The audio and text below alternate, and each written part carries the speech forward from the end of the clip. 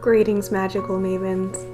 If you've been following my vlog series on moving out of my city apartment and into my new home closer to nature, I kind of left you on a little bit of a cliffhanger in the last installment. In the previous 2 videos, I've been catching you up on my transition from my old lifestyle, starting with the magical mischief I got up to in my final weeks at the old place. Since then, I've been really busy both with not just the enchanting parts of making the new house a home, but also lots of very exhausting challenges that have popped up during the Mercury retrograde period that's just now ending. To be honest, I've been pretty overwhelmed, but at the exact same time, I'm totally feeling the magic of stepping into a much more aligned and fulfilling chapter of life. Like things had to come up to be cleared so that I could truly move forward. In the peaceful moments between putting out all the little fire, so to say, I'm feeling more in tune with the version of myself I've been wishing to be for so long. And I know moving was the right choice as the next step on my adventure as a hearth and home witch. So I invite you to join me for this cozy week-long vlog, just getting settled into the new place and getting my shop in order for the holiday season. I made up my mind right from day one in the new house that I was not going to pressure myself to film every detail of getting set up. I was absolutely exhausted from the move itself, and I had lots to do, so I've adopted a new resolution of filming quality over quantity, and I think this is going to be better for you, the viewer, too. I'm having to learn that it isn't always about cramming every single magical moment into any one single video, and remembering that part of the magic of life are those simple moments of mindfulness and seeing the beauty in what's right in front of us. So brew yourself a cup of tea, relax, and enjoy this vlog of my first week in the new home.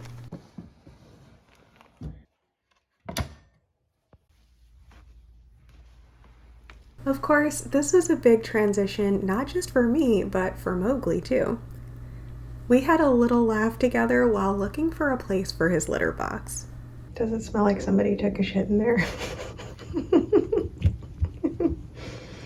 You smell cow litter? Clearly, someone had the exact same idea as me, and while it was very well cleaned and covered over, Mo and I knew exactly what this cupboard had been previously used for.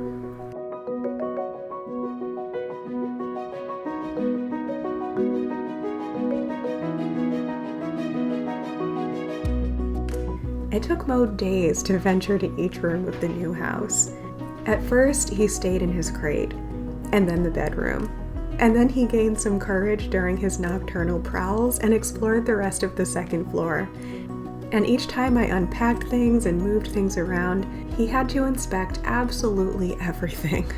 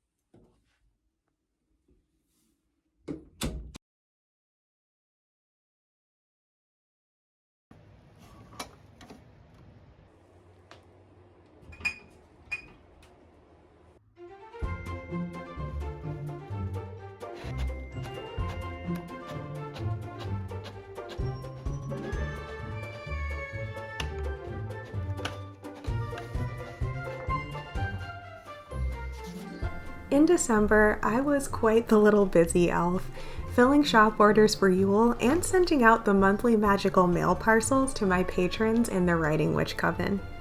So essentially the beginning of December was a lot of printing, a lot of preparing pages, and a lot of mailing out packages. As well as writing, because the Writing Witch Grimoire tier gets a new grimoire chapter from me every month. But in the midst of all of that busy work, I also had to take some little moments for fun, and I had to pause everything as soon as I got my Starlight magazine in the mail. Returning viewers already know about the magic of Starlight magazine by now, because it's become a bit of a seasonal tradition here in the Writing Witch community. But if you haven't heard, Starlight is a seasonal witchy publication published by my friend and colleague Tanae Stewart, aka the Witch of Lupin Hollow. It started out during the pandemic times as something just for her Starlight Coven members to download and read on their device. But it was so well loved that she's since started making them available as beautifully printed magazines and made them available to the public. And I'm so glad she did, because now these amazing articles are able to reach many more people. Each magazine features astrological self-care tips from Tanae, along with lots of different writings from other diverse witches in the community. I've been honored to be a regular contributor to Starlight since winter 2021, and I always look forward to not just writing, but also reading what everyone else has to share about the seasons, astrology, and witchy self-care. Here on my channel, it's become a little bit of a tradition to share a flip through of each issue so that you can get a sneak peek what's inside. The print copies are currently all sold out, but you can always purchase digital copies of back issues for a lower price. And if you subscribe to my newsletter, I always let you guys know the second they go on sale, so if you want to get a copy of the spring one that's coming up really soon, definitely make sure that you're subscribed to my newsletter, which will be linked down below. In this past year, Tanae has also generously given an affiliate link to each writer, so when you purchase any magazine through the link I provide here and in my newsletter, a percentage of your order directly supports me as a creator. And I want to say again, thank you so much to anyone who has ever used my affiliate link, and I hope that you're finding time to cozy up with your copy during the season of self-care, rest, and reflection. I know I have been.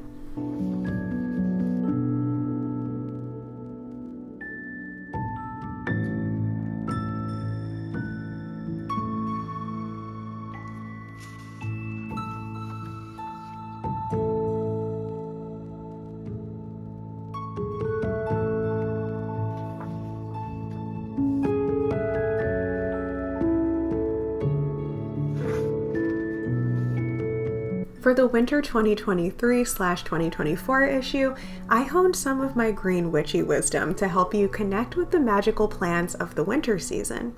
My article is all about how to embrace your inner herbal witch, even if it's winter and even if you don't think you know much about plant magic.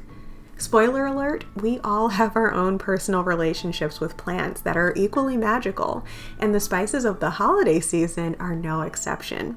So I wrote about the magical and medicinal properties of winter spices and foods, and I even designed a page where you can write about your own relationship with each one.